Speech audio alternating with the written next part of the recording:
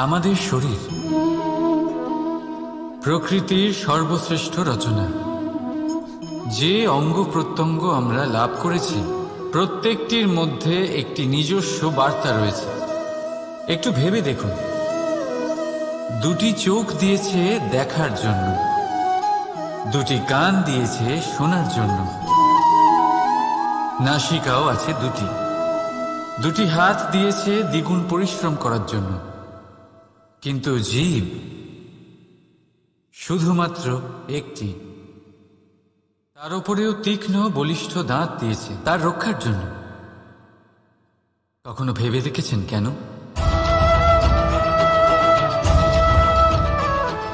কারণ শব্দ আর শব্দের প্রয়োগ মানুষের সবচেয়ে বড় অস্ত্র, যার প্রয়োগ যত ভেবে চিন্তে করা যায় মানুষ তার জীবনে ততটাই উপরে উঠতে পারে।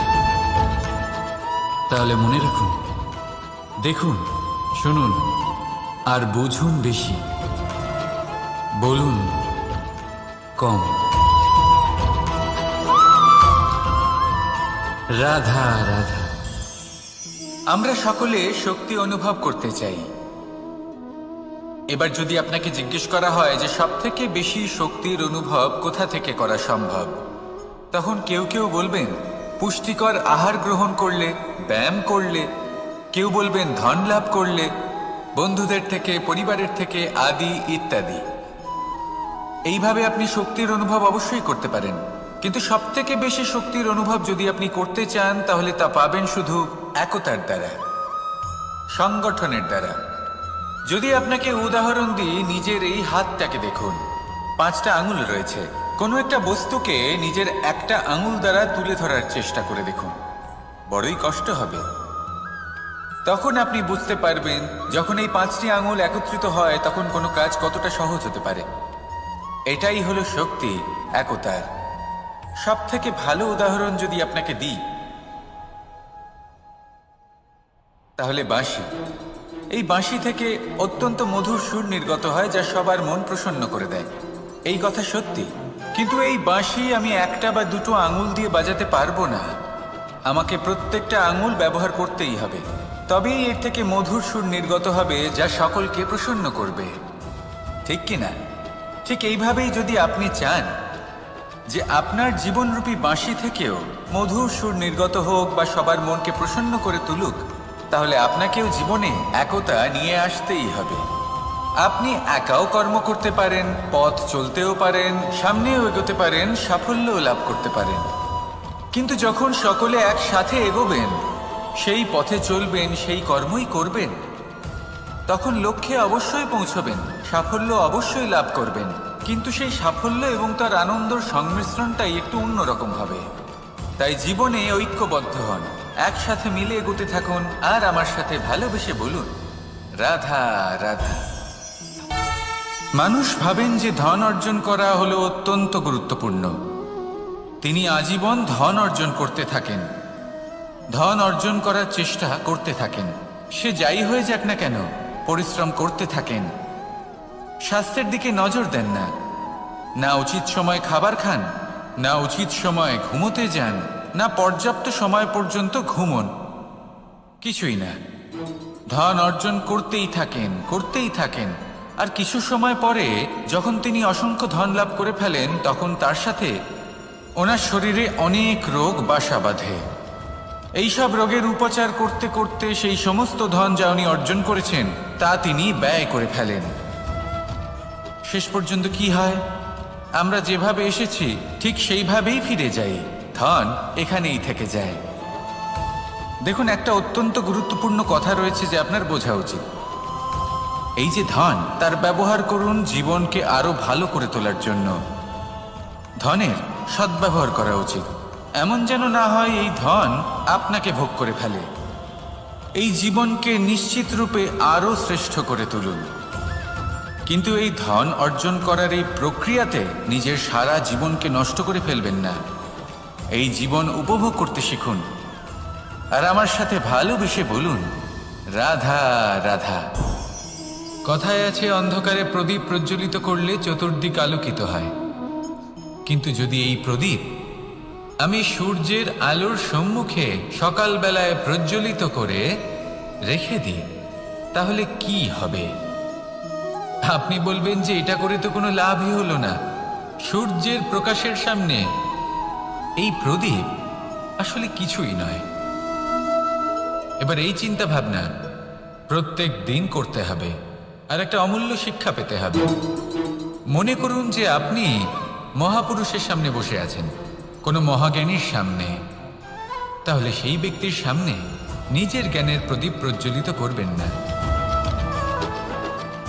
নীরব থাকুন, আর সেই ব্যক্তির সূর্যের প্রকাশের মতো জ্ঞান প্রাপ্ত করুন।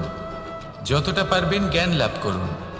যদি এমন কোনো সময় এমন কোনো স্থানে আপনি আছেন যেখানে চতুর্দিক অন্ধকার, কারোর কাছেই জ্ঞান নেই, সেখানে নিজের জ্ঞানের প্রদীপ প্রজ্বলিত করুন।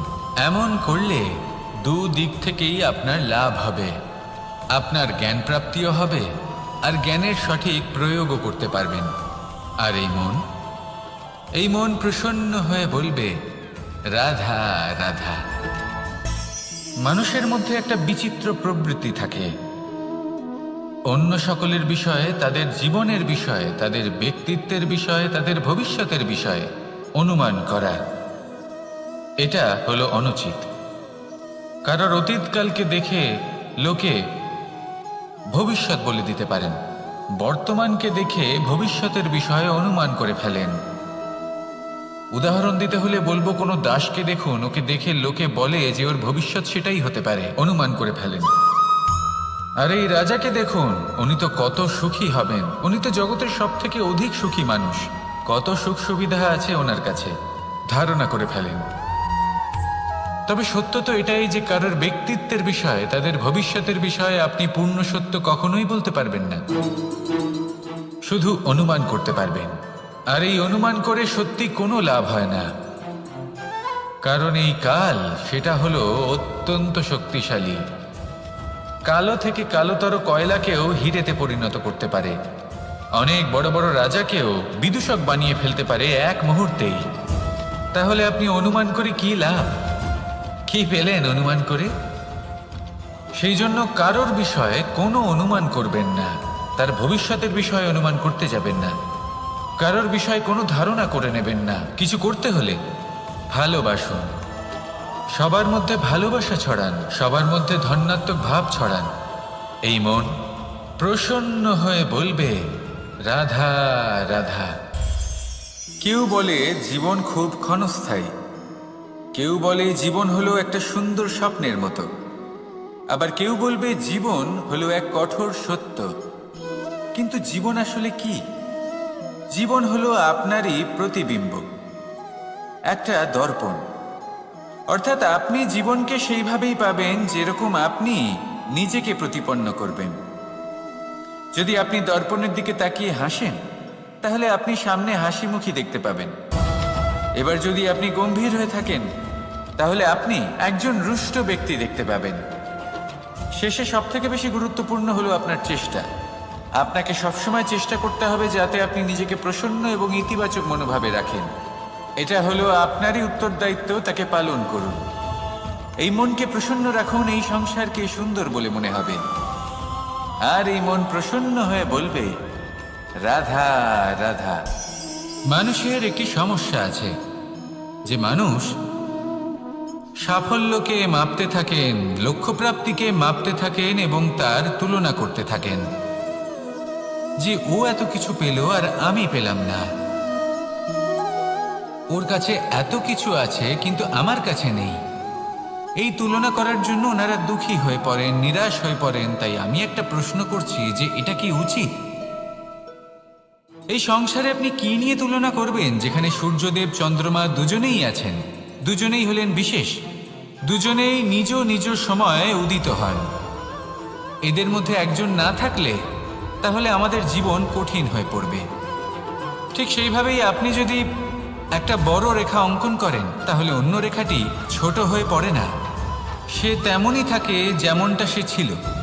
আপনার অস্তিত্ব কখনো ছোট বা বড় হতে পারে না, শুধু তুলনা করার জন্য আপনার এটা মনে হতে পারে। যদি আপনি যুদ্ধ করতে চান, আপনার তলোয়ারের প্রয়োজন পড়বে। যদি বস্ত্র তৈরি করতে চান, এত বড় তলোয়ার দিয়ে কিছুই হবে না। তখন প্রয়োজন পড়বে একটা ছোট্ট সূচের। তাই তুলনা করবেন না, না নিজেকে ছোট মনে করবেন, না অন্য কাউকে। সবার সাথে সহযোগিতা করুন, আর যদি তুলনা করতেই হয় নিজের সাথে করুন, যে কাল আমি কেমন ব্যক্তি ছিলাম, আজ কি তার থেকে শ্রেষ্ঠ হয়ে উঠতে পেরেছি। ভেবে দেখুন ভবিষ্যতে গিয়ে আপনি কতটা শ্রেষ্ঠ ব্যক্তি হতে পারেন। আসুন আমার সাথে ভালোবেসে বলুন, রাধা রাধা। এই সংসারের সব থেকে গুরুত্বপূর্ণ তত্ত্ব কোনটা? প্রথম হলো সময়। জন্ম থেকে মৃত্যু পর্যন্ত এই যে সময়, এটাই তো হলো জীবন। দ্বিতীয় হলো জীবন, যাতে আমরা সময়ের সদ্ব্যবহার করি, শ্রেষ্ঠ থেকে শ্রেষ্ঠতর কাজ করার চেষ্টা করি, বহু বছরের এই পরম্পরা, এই সংস্কৃতিকে এগিয়ে নিয়ে যাওয়ার চেষ্টা করি, এই সংসারে আমরা অংশগ্রহণ করতে চেষ্টা করি। তৃতীয় হলো ধন, সেই ধন যা প্রত্যেক ব্যক্তি অর্জন করতে চেষ্টা করেন। এবার এই তিনটি তত্ত্বের মধ্যে একটা সামঞ্জস্য আছে, সমান ব্যাপার আছে, সে ধনই হোক বা সময় হোক বা হোক জীবন। আর সেই সমান ব্যাপার হলো যে যদি আপনি এটা গণনা করতে থাকেন তাহলে তা কমতে থাকে, যদি আপনি এটা ব্যবহার করেন তাহলে তা বাড়তে থাকে। একে সংগঠিত করে রাখতে চেষ্টা করলে এ হাত থেকে ফসকে যায়, কিন্তু যদি আপনি একে সামলে রাখতে শিখে যান তাহলে এমন কাজ করবেন যাতে সংসারের সাথে সাথে পরবর্তী প্রজন্ম লাভবান হবে। যদি কিছু শিখতে চান তাহলে সামলাতে শিখুন, গণনা করা বা সংগঠিত করা নয়। আসুন আর আমার সাথে ভালোবেসে বলুন, রাধা রাধা। এই সংসারে সাফল্য লাভ করার জন্য জ্ঞানের প্রয়োজন হয়, পরিশ্রমের প্রয়োজন হয়, দৃঢ় নিষ্ঠার প্রয়োজন হয়, নিরন্তর চেষ্টা করা প্রয়োজনীয়। কিন্তু আরও কিছু আছে যা অত্যন্ত প্রয়োজনীয় এবং গুরুত্বপূর্ণ, তা হলো ভালো বন্ধু। তাদের থাকা অত্যন্ত প্রয়োজনীয়। যদি ভালো বন্ধু থাকে তাহলে সময় এলে তারা ঢাল হয়ে আপনাকে সুরক্ষা করবেন, সময় এলে অস্ত্রের মতো শত্রুকে সংহারও করবেন। যদি তিনি জ্ঞানী হন, তাদের মধ্যে সদ্গুণ থাকে, তাহলে এই সব গুণ আপনার মধ্যেও প্রবেশ করবে। তাহলে সাফল্যের জন্য ভালো বন্ধু পাওয়া অত্যন্ত প্রয়োজনীয়। কিন্তু শুধু বন্ধু কেন, ভালো শত্রুও থাকা প্রয়োজনীয়। এবার আপনি ভাববেন, আমি কি বললাম? যদি আপনার জীবনেও ভালো অর্থাৎ শক্তিশালী শত্রু থাকে তাহলে আপনিও শক্তিশালী হতে থাকবেন। এই শত্রু আপনাকে প্রেরিত করবে আরো বেশি শক্তিশালী হয়ে ওঠার। কখনো কোনো হরিণকে দেখুন, তীব্র গতিতে দৌড়তে থাকে। কেন তীব্র গতিতে দৌড়য়?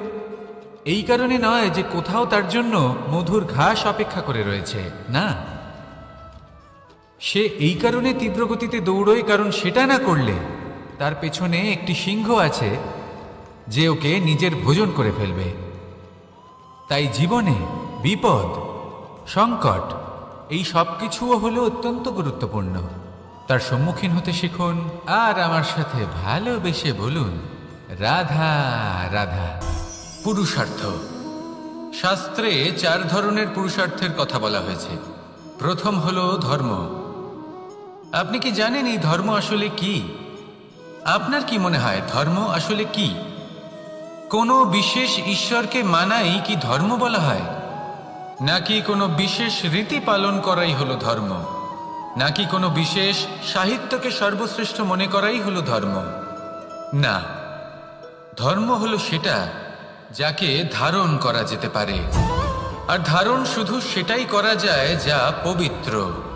পবিত্র শুধু তাকেই বলা হয় যা নিঃস্বার্থ, যার মধ্যে শাসন করার কোনো ইচ্ছে নেই,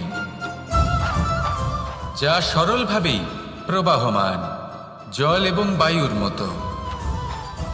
যখন কোনো ব্যক্তি ধর্মকে ধারণ করেন এবং সেই ধর্ম সেই ব্যক্তিকে রক্ষা করে, তখন তাকে ধর্ম বলা হয়। ধর্ম যা রক্ষা করে অহংকার থেকে, খারাপ চিন্তার হাত থেকে। সেই জন্য পুরুষার্থ গড়ে তোলার আগে, ধর্ম পালন করার আগে ধর্মের প্রকৃত অর্থ কি সেটা বুঝে নিন। এটা জেনে রাখুন যে সমস্ত ধর্মের আধার, সমস্ত ধর্মের ভিত শুধুমাত্র ভালোবাসা। আসুন আর এই ভালোবাসার সাথেই বলুন, রাধা রাধা। কখনো কোনো বাগানের কোনো বৃক্ষকে দেখেছেন যেখানে সুগন্ধি ফুল থাকে, রসালো ফল থাকে? তখন মন প্রফুল্ল হয়ে ওঠে, মন থেকে সেই বৃক্ষের প্রতি ভালোবাসা জন্মায়। কিন্তু যিনি বাগানের মালিক, শুধুমাত্র তিনিই জানেন যে কিভাবে এই বৃক্ষকে আগলে রাখতে হয়, কিভাবে তার পরিচর্যা করলে এতে সুন্দর সুগন্ধি ফুল হবে, রসালো ফল হবে।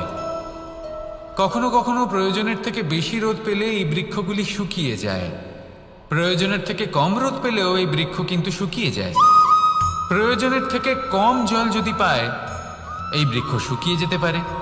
প্রয়োজনের থেকে অতিরিক্ত জল যদি পায়, তখনও এই বৃক্ষের শিকড়গুলি নষ্ট হয়ে যেতে পারে। এবার এটাই কিন্তু আমাদের সংসারের সাথেও হয়।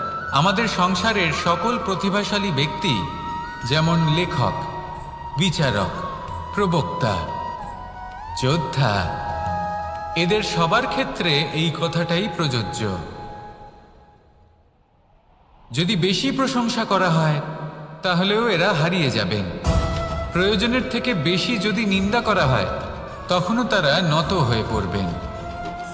তাহলে আজ আমি এদের একটা ছোট্ট কাহিনী শোনাবো, নিজেদেরও। এটা কোনো মনে রাখবেন, একটা দুজন বোন জাঁতাকলে গম পেশাই জেনে রাখুন কখন কোন নিন্দায় আপনি জিনিত হবেন ছিলেন। তিনি সময় সময় সেখান থেকে ছোট ছোট দানা তুলে নিজের মধ্যে বিষয়টা উপভোগ করছিলেন। এবার দেখতে দেখতে গম পেশাই সমাপ্ত হয়ে বলবে, পেশাই করা গম নিয়ে সেই দুজন বোন বাড়ি ফিরে আসছিলেন এবং তাদের ফেরার পথে হঠাৎ করে কোথাও থেকে একটি বাছুর চলে এলো।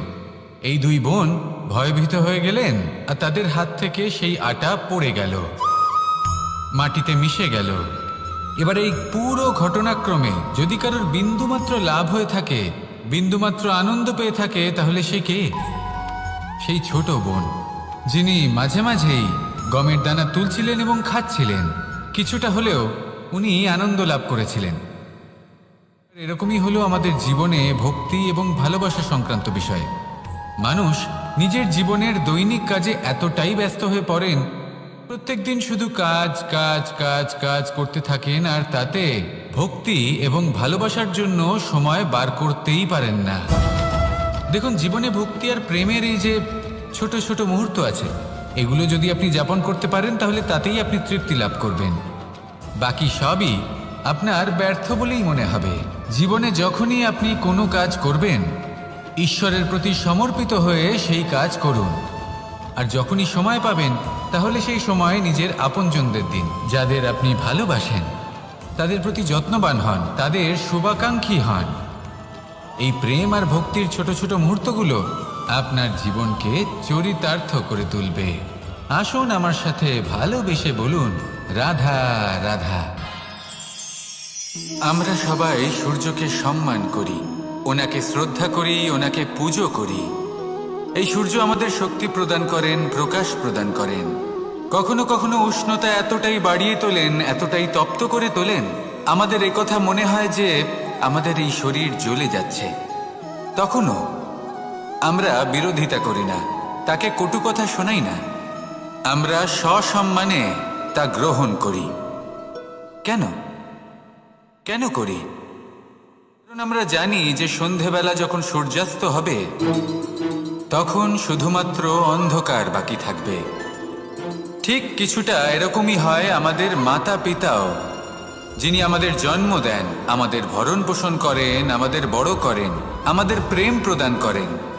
কখনো কখনো তাদের মুখ থেকে কটু কথা নিঃসৃত হয়, আমাদের দুঃখ হয়, কিন্তু তখন আমাদের এটা বোঝা উচিত এগুলি নিঃসৃত হচ্ছে আমাদেরই মঙ্গলের জন্য।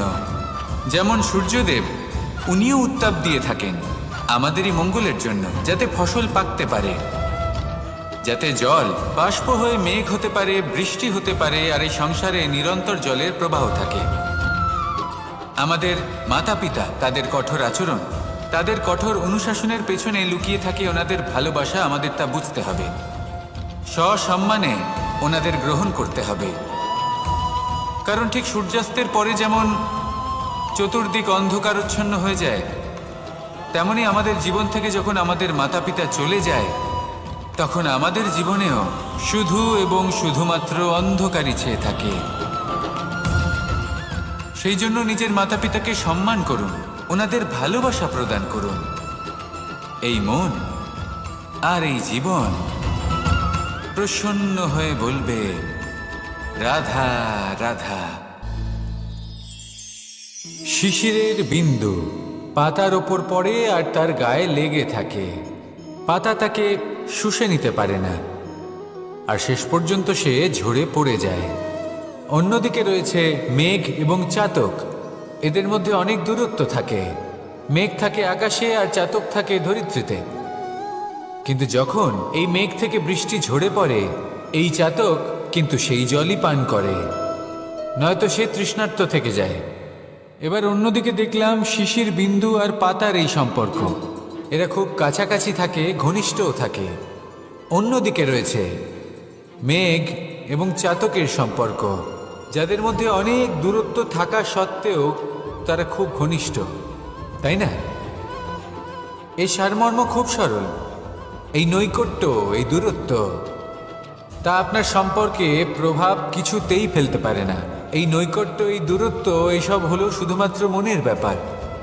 কখনো আপনি অনুভব করেছেন আপনি কারোর থেকে অনেক অনেক দূরে আছেন, অনেক দূরে আছেন, তাও সেই ব্যক্তির প্রতি আপনি টান অনুভব করেন। সেখানে আপনি কারোর সাথে প্রত্যেক দিন অতিবাহিত করেন, সমস্ত জীবন অতিবাহিত করেন, সব থেকে বেশি সময় তার সাথে অতিবাহিত করেন, তাও তার প্রতি সেই টান অনুভব করেন না। এই সংকেত হলো মনের দূরত্বের। তাহলে মনের এই দূরত্ব দূর করুন আর আমার সাথে ভালোবেসে বলুন রাধা রাধা। পাখি কখন জন্ম নেয়, কখন উড়তে শেখে, কখন বাসা বানাতে শেখে, কখন নিজের মৃত্যু লাভ করে, এসব আমাদের মধ্যে কেউ জানি না। কিন্তু পাখি একটা কথা খুব ভালো করে জানে, যে এই সংসারে ও যা কিছুই করুক না কেন, এই সংসারে ওকে নিয়ে কিচ্ছু যায় আসে না। এবার আমরা কি করি? কোনো কাজ করার আগে আমরা এটা ভাবি যে এই সংসার যদি আমাকে দেখে ফেলে, তাহলে কে জানে এই সংসার কি ভাববে, আমার প্রতিচ্ছবি কেমন তৈরি হবে কে জানে, কে জানে কি হবে আদি ইত্যাদি। এই সব ভাবনায় আমরা মগ্ন হয়ে যাই। কিছুটা এমনভাবে মগ্ন হই যে বর্তমানের কর্মের এই জীবনের যাত্রাপথে সেই সময়ের আনন্দ উপভোগ করতে ভুলে যাই। এবার দেখুন একটা পাখি কি করে। ওর কর্ম হলো গান গেয়ে চলা। ওই পাখি গেয়ে চলে, কেউ ওর গান শুনুক বা না শুনুক, কেউ আদৌ শুনছে কিনা সেই বিষয়টা নিয়ে সেই পাখির কিছুই যায় আসে না। সেই পাখি নিজের কর্ম করতে থাকে। হয়তো সেই জন্যই আপনি কখনো কোনো পাখিকে কাঁদতে দেখবেন না। এরকমই আপনাকে নিজেকে গড়ে তুলতে হবে। প্রথমে নিজেকে জিজ্ঞেস করুন, এই যে কর্ম আমি করতে চলেছি সেটা কি উচিত? যদি আপনার মনে হয় সেটা উচিত, তাহলে সেটা প্রমাণ করুন। এটা ভাববেন না যে এই সংসার কি ভাববে। আসুন আর আমার সাথে ভালোবেসে বলুন রাধা রাধা। এই পুকুর দেখছেন আপনি? বাচ্চা, বৃদ্ধ, যুবক, যাকেই আমি জিজ্ঞেস করব এটা কি, সবার উত্তর সেই একই হবে। উত্তর তখনই বদলাবে যখন প্রশ্ন এটা হবে যে আপনি এই পুকুরে কি করতে চান।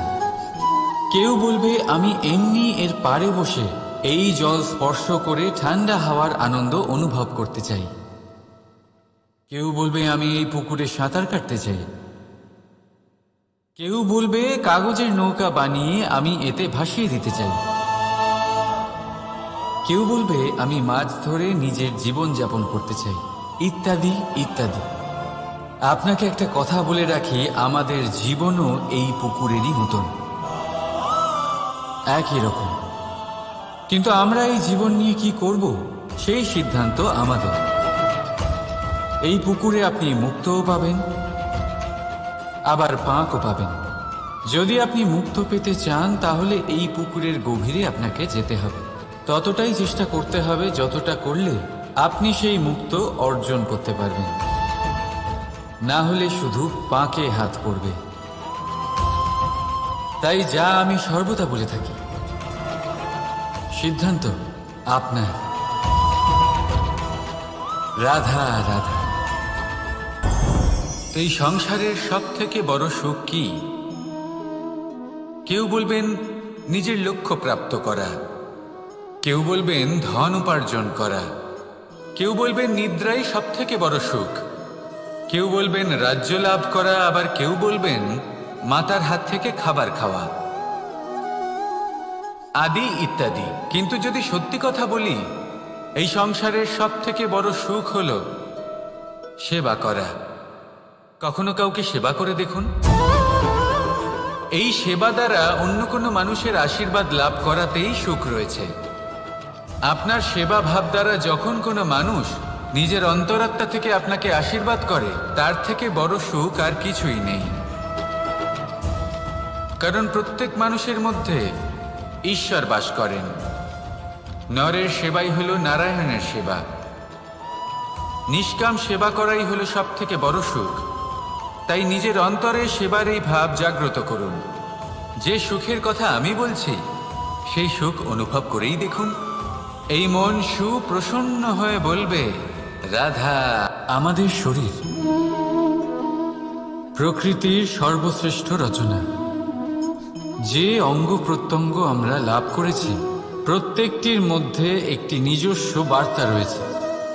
একটু ভেবে দেখুন, দুটি চোখ দিয়েছে দেখার জন্য, দুটি কান দিয়েছে শোনার জন্য, নাসিকাও আছে দুটি, দুটি হাত দিয়েছে দ্বিগুণ পরিশ্রম করার জন্য। কিন্তু জীব শুধুমাত্র একটি। তার উপরেও তীক্ষ্ণ বলিষ্ঠ দাঁত দিয়েছে তার রক্ষার জন্য। কখনো ভেবে দেখেছেন কেন?